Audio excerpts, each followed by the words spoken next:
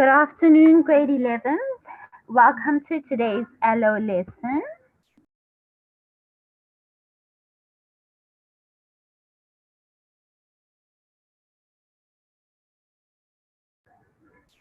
Sorry about that, just unmuted again. My name is Puleng Ziga, and I am your LO teacher for the duration of the lockdown. So on the screen is my email address. You can contact me on it.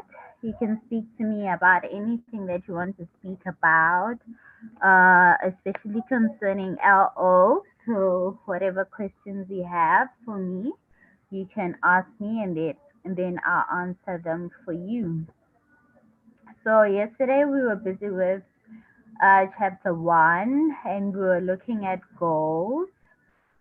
So today we're doing unit 2 of chapter 1. Remember, we started with revision, and I think the past papers we'll start with on Monday.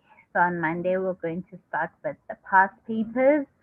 So let us just start with our revision today, just the theory part, and then we'll start going through the revision in a different way, considering our questions, our past paper questions, answering them, and looking at model questions and everything that we are going to be looking at. So the theme for today's lesson is relationships and their influence on your well-being. So the lesson objectives for today are that you know the relationship types, meaning the different kinds of relationships and how they change in nature. So welcome to the class, to everyone. So welcome to the class. Let's start then with today's work. Relationship types with different people and their change in nature. So how these relationships change as you go. Do these relationships that you have with people change? So relating to other people forms an important part of your well-being. Good relationships and connecting to and engaging with others makes you feel happy and content. So you know that we grew up around people, grade 11s, and we're always surrounded by people. So it is important that you acknowledge the different types of relationships that we have, the different kind of relationships that are in your life, and that you must evaluate each of these relationships and see the impact they have on your life. See whether they are negative or whether they're positive, and see the things that you need to change. Maybe you need to change the people that you're around, or maybe you need to change the way you do things with the people that you are with currently. So we are going to look at relationships. And then second bullet point, you relate to different people in different ways, and you also have different types of relationships, and you also have different types of relationships. It is also normal for relationships to change. So we need and have different people in our lives for a reason. So people come from all walks of life, and they come into our lives for a reason. Every person is unique and can have a unique and special impact on someone else. So all the people that we meet are special. There's not one person on earth that is the same as the other. You might once in a while find someone that is a lookalike, someone that looks like somebody else, but our fingerprints are all different. We're all different people, and we all have a unique contribution to make towards other people and the people that we love, our friends, and also how we relate to strangers is important too, because how you treat someone that you don't know also does reflect on the kind of person that you are. So we all need each other as people. However, we also need to know how to relate to one another so that we can improve our relationships and so that we can improve each other. Remember, the stronger our relationships are, then the better we can work on things. Will be able to be successful, and will be able to make progress and develop as people. So yes, we're going to look at the kinds of relationships. So on this slide is the types of relationships with different people or groups. So the first kind of relationship we're going to look at is the family. Remember, you can participate, go to the chat box, raise your hand, and you can speak to me or speak to the class. So your family are those people that are related to you in some way, such as through blood, marriage, or adoption. So these can be your parent guardians. If your grandmother is your mother, they've adopted you.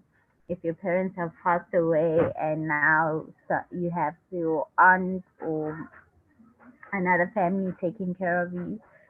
These are your family members. Your family members are probably the people who are closest to you and with whom you spend most of your time. So, therefore, it is from them where you get the most respect. So, I think I've repeated this a number of times during our previous lessons, but family is like the place where we get our primary socialization from, meaning this is where we learn the first few things concerning life, from who we are, how we should act, how we should behave, where we come from. So family does teach you who you are. They teach you where you come from. They'll teach you about your ancestors, your grandfather, and who's born who bore who, and who's your cousin. So they also set you up for where you go.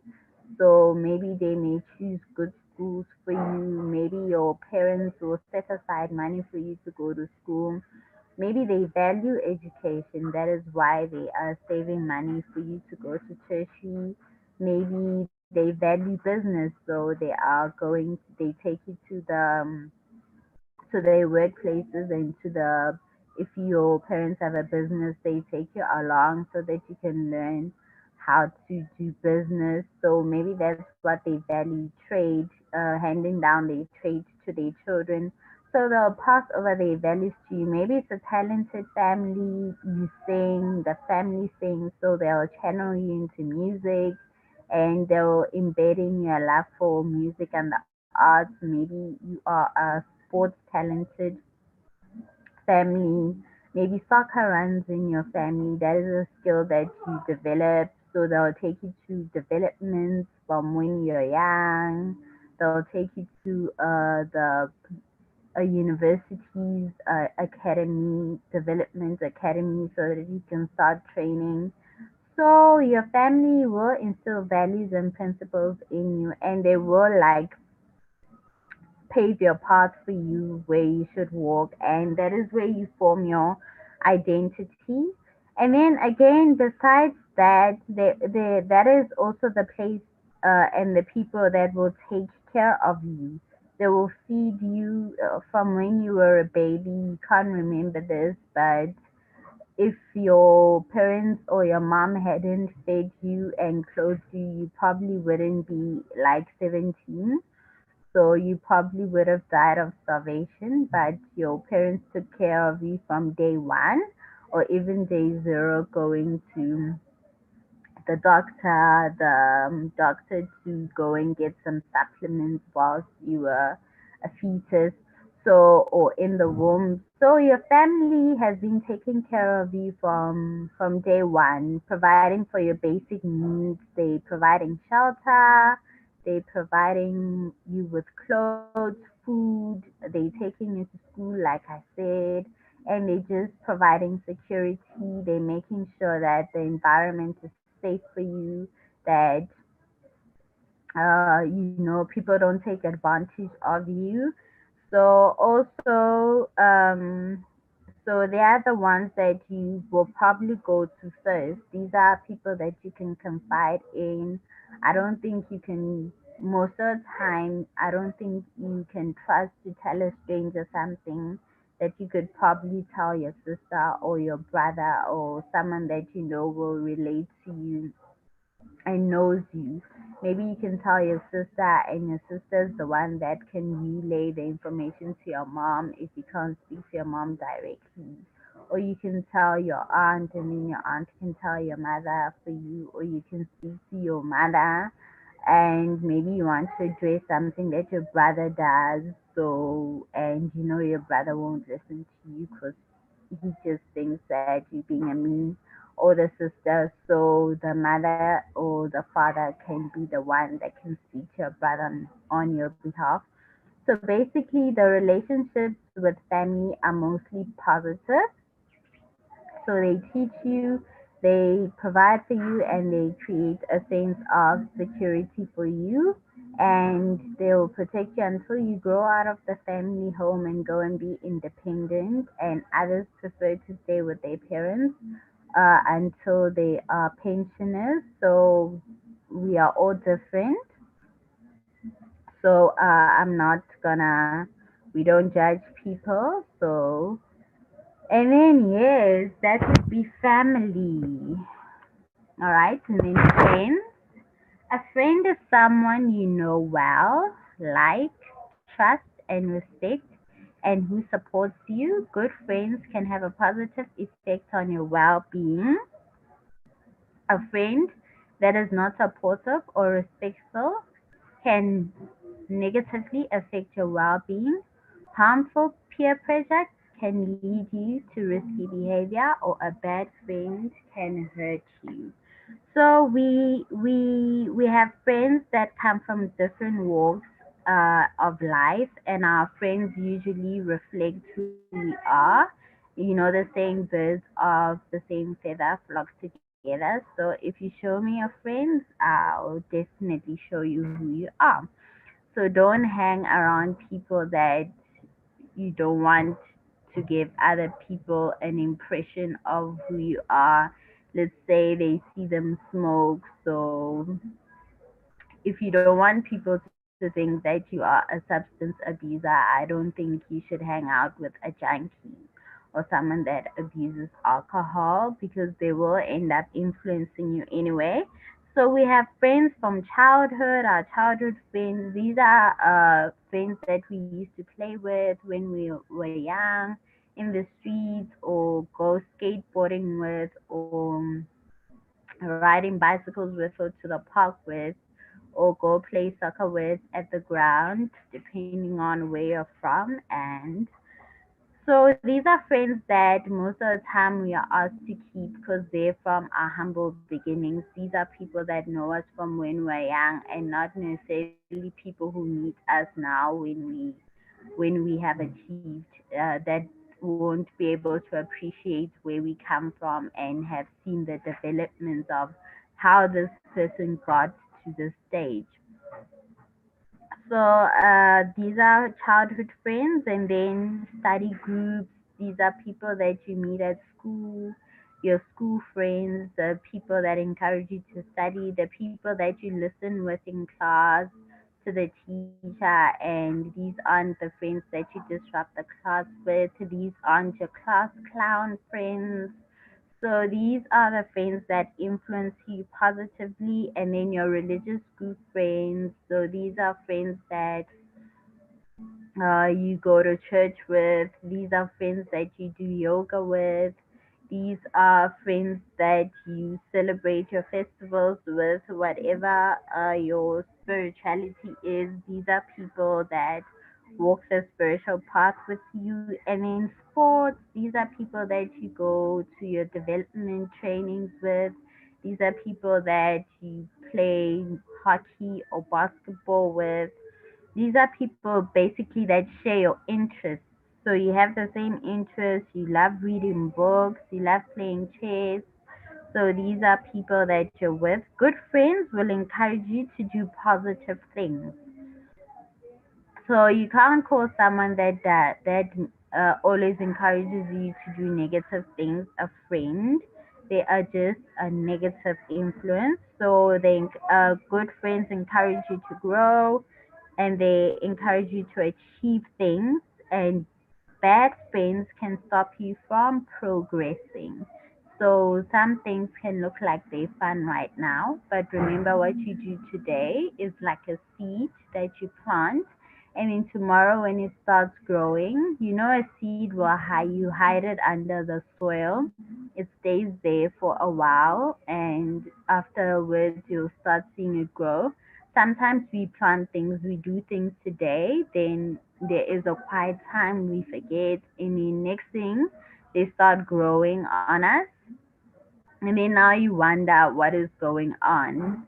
Then you have forgotten that you once planted a seed. Like going around with bad friends who are bad influences, you are just planting a seed that one day you will have developed a habit that you can't shake off, or that it is hard to get rid of, because it's hard to stay in rehab and then get out and not relapse. It's very difficult to now, if you failed a grade, have to repeat, and your friends are now in front of you or leaving for varsity and you're still doing grade 12.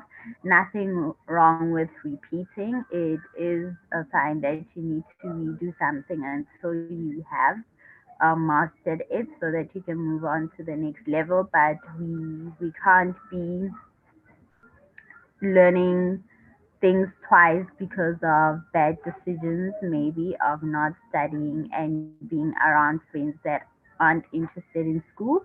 Some of them aren't honest with you.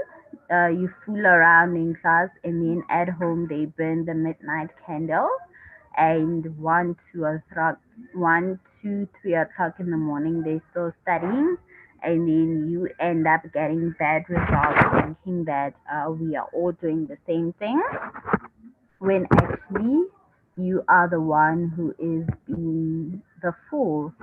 So casual relationships, informal or casual relationships are with people you see often, but who are not close like friends or family. For example, casual relationships include acquaintances, people you do not know well, and shopkeepers, bank tellers, bus drivers, and learners in other classes, so you don't know them very well, especially in big schools where you have like grade 11A up to F. So if you've probably been in the A class from grade 9, some schools will sort you out from the children who are well behaved to the misbehaved ones. They'll keep them in the F class, and then the stars, they'll keep them in the A class. So let's say you are in the C class because you're just doing averagely, or you're just doing well enough to pass, and you've been in the C class from grade 9 after they've checked your grade 8 marks to grade 11. So then you probably won't know the children in the F class very well. So there will be casual people that you just recognize by the face. Okay, this is someone in my grade, and that you maybe can even confirm once you're in matric and you've all got matric graduates. Also, this person is actually in my grade. So these are also so-called mutual friends. So they can be a friend's friend. So someone that you met at a party, at your cousin's party, and then your cousin's friend that you met at his or her graduation, your mom's colleague's son or daughter that you met at your parents bring your child to work day. So this can be your teammates, this can be your granny's caretaker, and these kinds of people can also influence you positively, and they can become an asset in your life. They can become like a good role model in the areas. For instance, if you met your cousin's friend at the graduation, then they probably a graduate themselves and they can influence you to do well academically or maybe inspire you to also go get a university qualification or a university of technology or a tertiary, let me just say a tertiary education.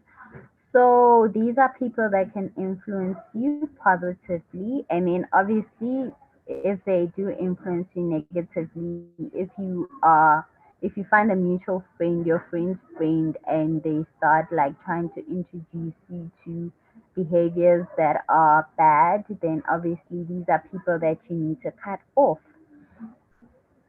And then the formal relationships. Formal relationships are those you have with people who are usually in a senior position to yourself. For example, you will, in general, have a formal relationship with your teachers and your elders. So these can be your soccer coach, this can be your teen ministry pastor. These are your teachers, and these people's relationships are usually like a mentorship relationship. These are people probably they're older than you, they've walked the walk, they have more experience than you. So these are the people that you're more likely to learn from. So they'll be teaching you things and you get to ask them questions. You must also be proactive with these people. It's not always one directional. So relationships with adults, I think we must like not have one directional relationships with adults. I think it's more a traditional way of thinking that you can't have a conversation with an adult. I think it is a good thing to be able to ask questions and to get clarity because that opens the way for you to get the advice that you need.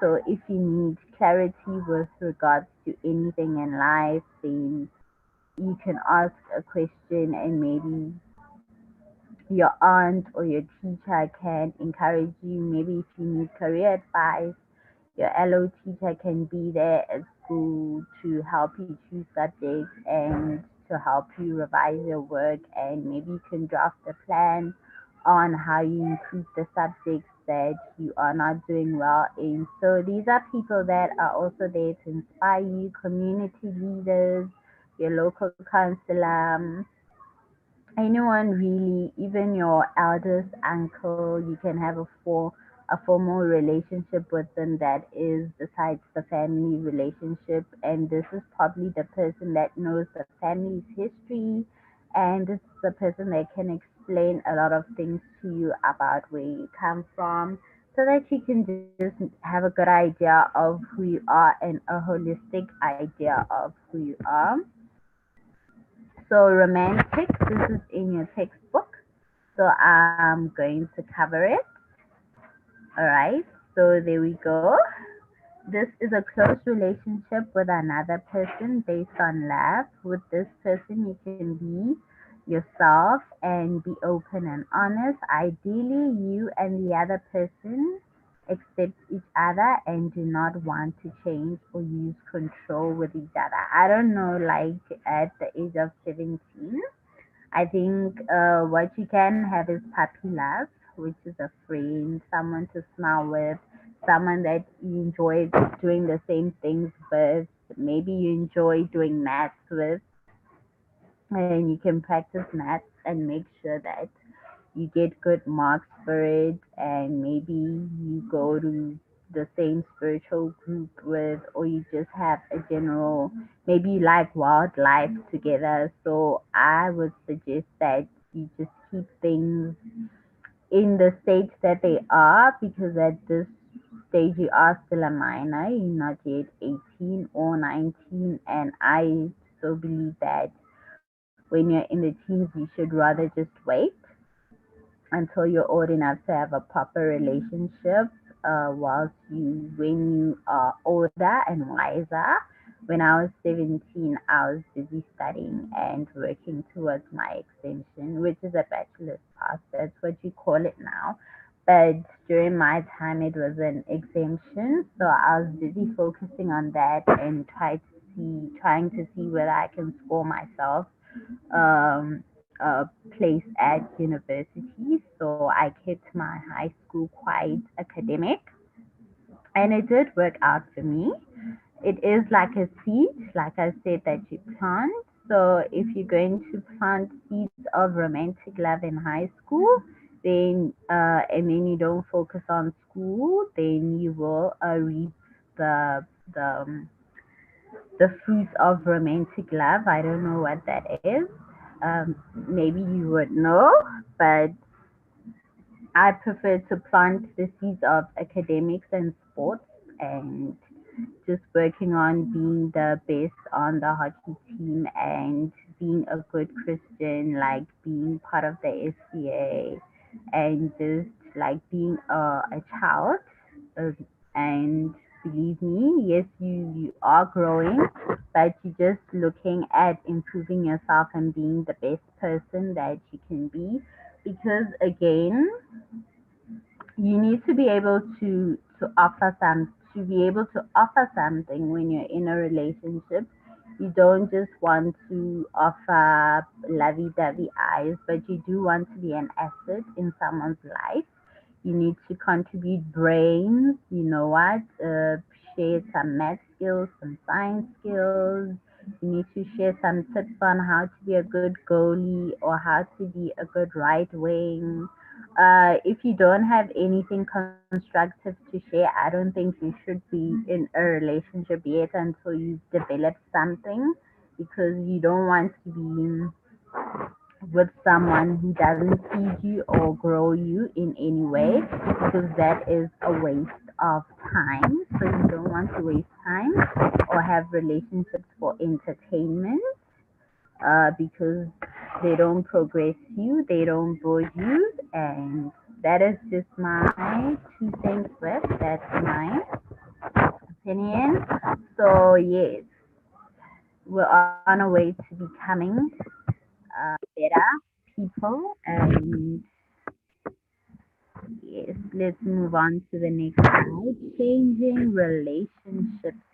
So the relationships that I just mentioned right now that we just went through can change. So they can change in various forms. So just because you started off as friends, it doesn't mean that you'll still end off as friends. There are different seasons. Seasons come and go.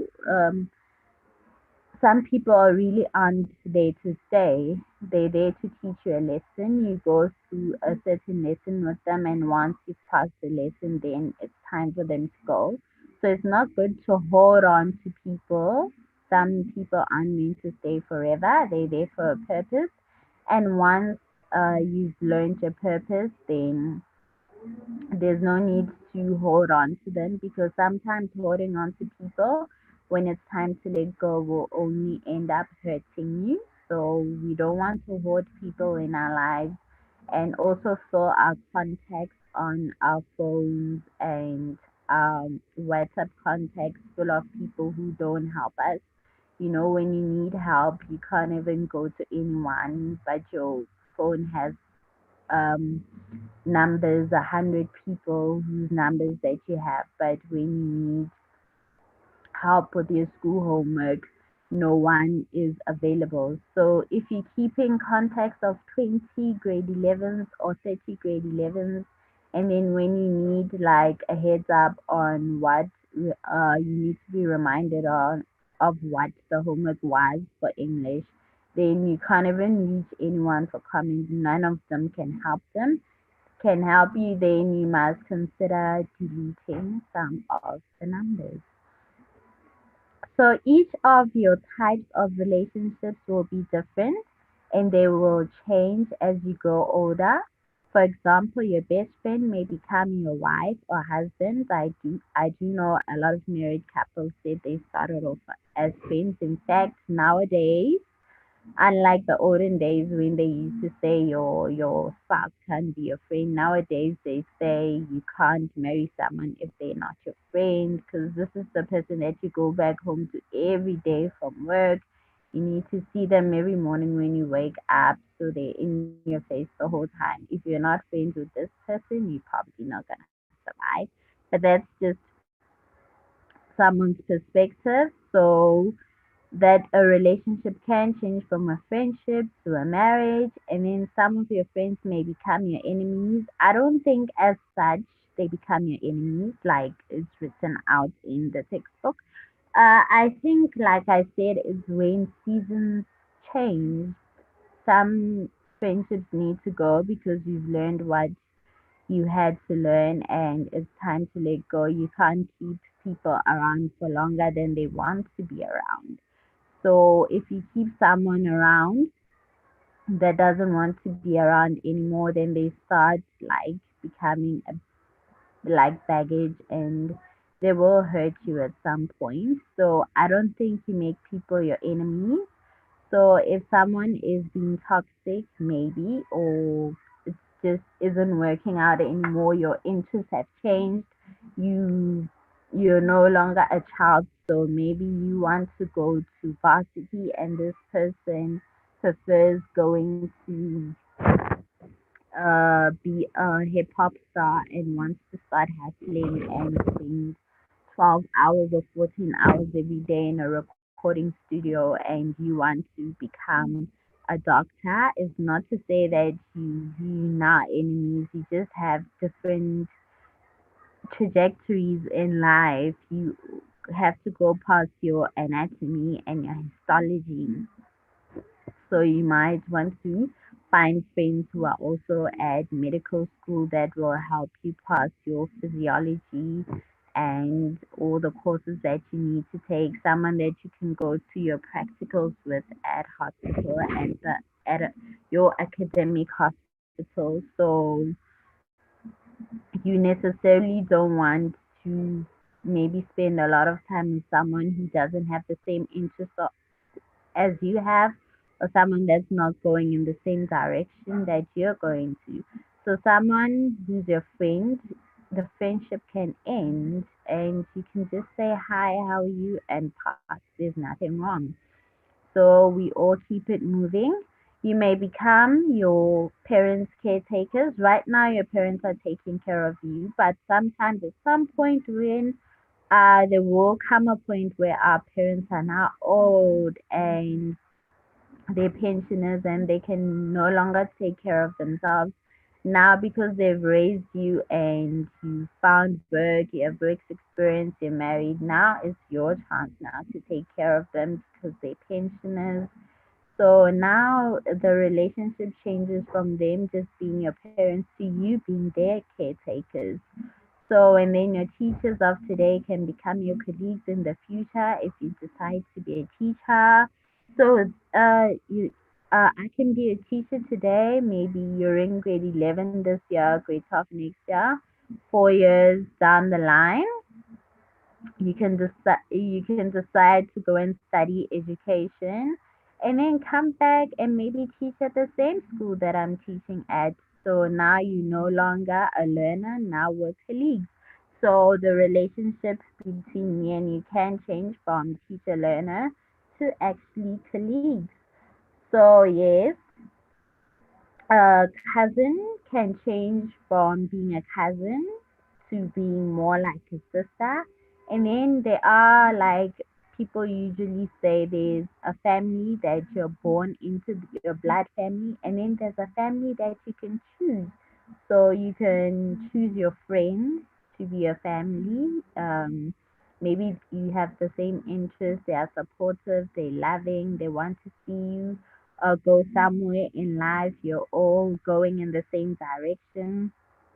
So that's where the term family friends come into. Maybe you find your mom has found someone at work who shares the same ideas and values about maybe family life, raising your children, being a working woman. So she shares the same values, family values, maybe having a good relationship with your husband, or maybe a single mom's club. She met someone, another single mother at the single moms club, and they both working moms or they both entrepreneurs raising sons. So you can also find family and you can become family with someone that you see eye to eye to, or that you feel is walking in more or less the same path in life with. So your aunt can become your second mother. Like, yeah, you can become so close that you feel like even when you're at school, you know that if your mother's unavailable, if you call your aunt, then your aunt can also play the role that your mother can play very well. So you now trust her. So relationships that we've moved on. So that's how your relationships can change. So we did do the types of relationships and then we checked how these relationships can change. And then relationships that contribute or are detrimental to well-being. So choose relationships that contribute to your well-being. If a relationship has more negatives than positives, then you need to ask yourself, how is this relationship promoting my well-being? So there are toxic relationships where you're not progressing. Someone is constantly pulling you down. Someone is constantly eating away at your confidence. Someone is just sucking the energy out of you and draining you and causing you to be stressed the whole time. You need someone who's peaceful. You need someone who encourages you and who lets you know, who motivates you, who inspires you, someone who's a good team worker. So you need to see if a relationship is promoting your well-being, and if it's not, then you need to be comfortable with cutting people off, not creating enemies, but just protecting your space, protecting your mind, your mental well-being.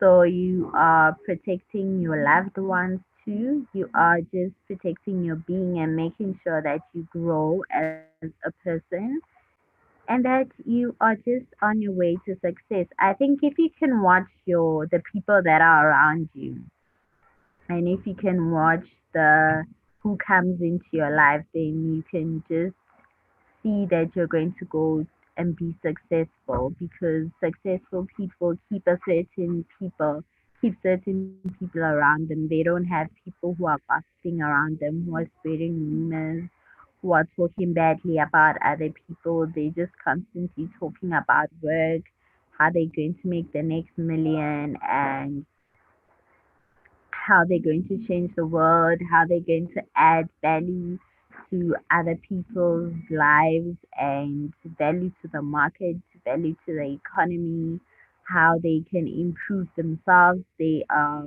people that you meet at reading clubs, at cycling clubs, at jogging teams. These are positive people. They are taking care of themselves with regards to health, to their mental well-being, and spiritually too. They taking care of themselves. Some of them are studying. They love education. They're studying further. They're just not stopping at honors levels. They're going to master's levels. You need to then hang out with people that promote your well-being. And then how am I promoting the well-being of the other person in this relationship? So you also need to contribute positively to other people. If you're the person that is draining, if you're the person that sucks the energy out of other people, if you're the person who's constantly negative or pessimistic, then you don't want people like that around you. So you must also think that people don't want to, they don't deserve to have someone like that around them too. So do try to change and be a positive person, so that you can be an asset in someone else's life, and so that you can also help other people progress just as you would like to progress in life. So it's about reciprocating. You be to others what they also are to you. So rights and responsibilities in relationships. The right to loyalty, trust, and truth. So you must be loyal. You must be able to trust and be able to be trustworthy. And then you must be able to be truthful and honest. And it is also your responsibility to be that to other people, to be loyal, to be trustworthy, and to be honest and truthful. So you're looking for people with these qualities, and you must also hold these qualities. So it is your right to be protected from STIs, HIV, and unwanted pregnancies. And it is also your right to protect your people, the people that you're around, and that um, you will be in relationships with, or that you are in a relationship with. If you are already in a relationship, you need to protect them from STIs, HIV, and unwanted pregnancy. So it is also your right to be respected, and you also have the right to respect someone else's. You respect their views, you respect their opinions, because you don't know where they come from, you don't know what their principles are, you don't know how they were raised. So you need to respect that person. You don't know why they have those views. So you just need to have a principle of respect around a relationship. So to say no and to refuse to have sex, basically that is your right. It is a right that you have. So no means no. So no one must violate you, and you cannot violate others too. And then to be heard. So this is for your voice to be heard, for your opinion to be heard. So no one must oppress you, and no one must force you into believing something that you don't want to believe, or oppress you in any way. And you must also hear other people out. Be a good listener and give someone an ear. You can just keep quiet for 2 minutes and listen to what someone else has to say, and listen to understand and not listen to respond or to react. Don't be a reactionary person. Be someone that listens and that is helpful and that is understanding. So you do hear other people. Don't think that people who don't come from the same background as you don't have the right to speak. You can't say stuff like, uh, you don't know anything, you're not from a disadvantaged background, you don't know that person, you don't know what they've gone through. Maybe they have their own story to tell. So you must always listen to other people's views and just let them tell their stories. And then the right to be safe. And you also have a responsibility to make sure that other people are safe around you. You don't want to be that person that spikes someone else's drink. You don't want to be that person that promises to do something and then you don't do it. And then to end a relationship, if you want to end a toxic relationship or to cut someone off, you do have that right. And also, you have the responsibility. If someone feels that they want to end a toxic relationship with you or cut you off because you just don't want to be a person who impacts positively, who develops a person, and who is progressive, then allow people to end relationships. Relationships can end. And remember, we covered all types of relationships: friendships, casual relationships, formal relationships, any relationship you can end at any point in time when you feel that it is becoming toxic. So the right to privacy, you also have the right to privacy, and to to make sure that you also keep other people who are trusting you. If someone says don't share this, then don't share it. So sharing text, WhatsApp messages, forwarding videos, sharing pictures of people. If someone has asked you not to share pictures or share videos, don't do it. Don't invade people's privacy by hacking, going onto their social media accounts and going to read their inboxes. So everyone has the right to privacy, and don't spread rumors and gossip. If you don't know that something is true, then don't spread it around. If you hear something bad about someone, you don't know whether it actually happened. You don't have that person's side of the story, so you actually shouldn't spread the lies. So, social and cultural views that influence and affect relationships. So, the cultural views that can influence and affect your relationships are cultural norms. So, for example, in arranged marriages, you're not going to marry for love, but you are going to get to know that person and going to get to like that person as you go along. So that changes the view that you need to fall in love before the marriage. So this says that you can get to know a person after you've married them. And then religious views, for instance, in a religion that says the man is the head, that already sets the tone. Then you know that as a woman, you're probably going to have to take instructions, and you just not going to be able to question. But this obviously depends on the person in themselves. If they are a person that respects a woman, then obviously they will keep that principle. And then society generational gap. So the example would be technology.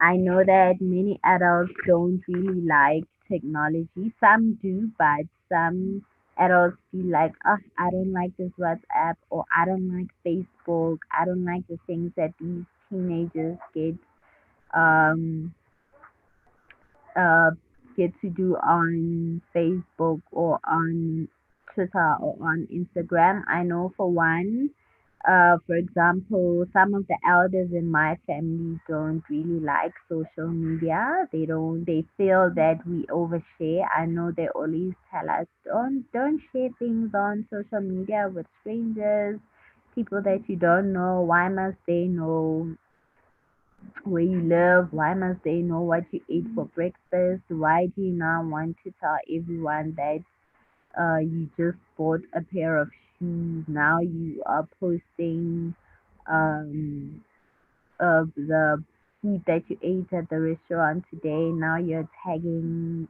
the restaurant. Why must people know what you're doing? So sometimes adults don't understand our behavior as young people. So it is because of the generational gap, whereas maybe we don't think there's anything wrong. We just think, okay, it's just my friends that are following me. My account is private, so I'm just going on about my life. So I am walking my dog. If I want to post about me walking my dog today, then I'll do it. Who cares?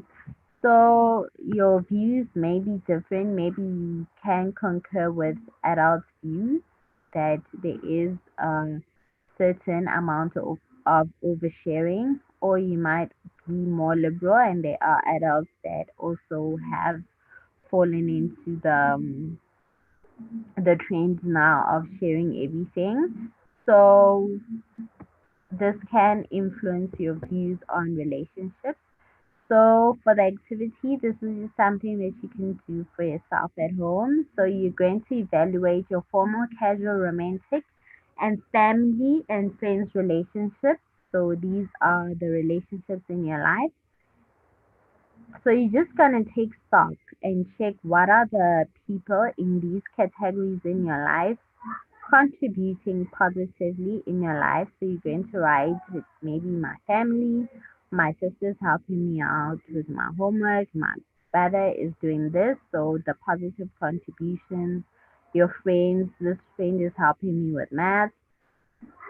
And then you're going to look at what your contribution in that person's life is.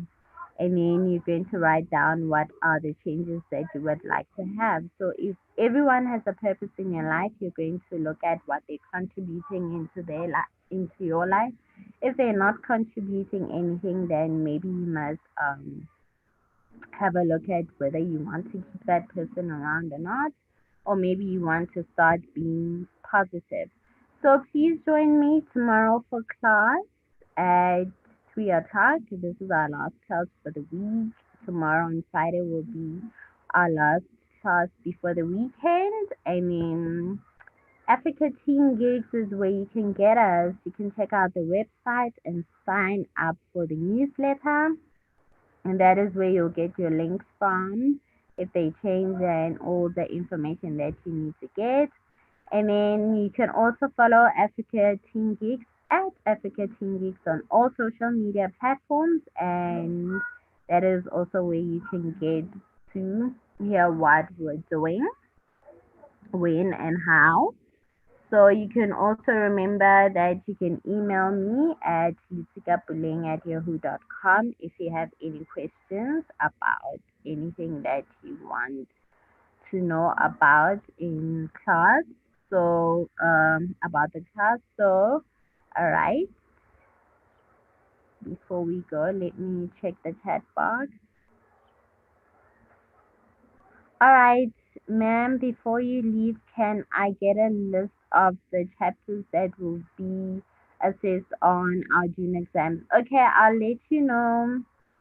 I'll go find out just to make sure, and then I'll let you know as soon as I know, because I'm not quite sure what is going to be assessed for the June exam. So we're still going to hear. So I'll let you know as soon as I know, Lerato. So thank you very much for coming and joining in for the lesson. Our time is up. Goodbye.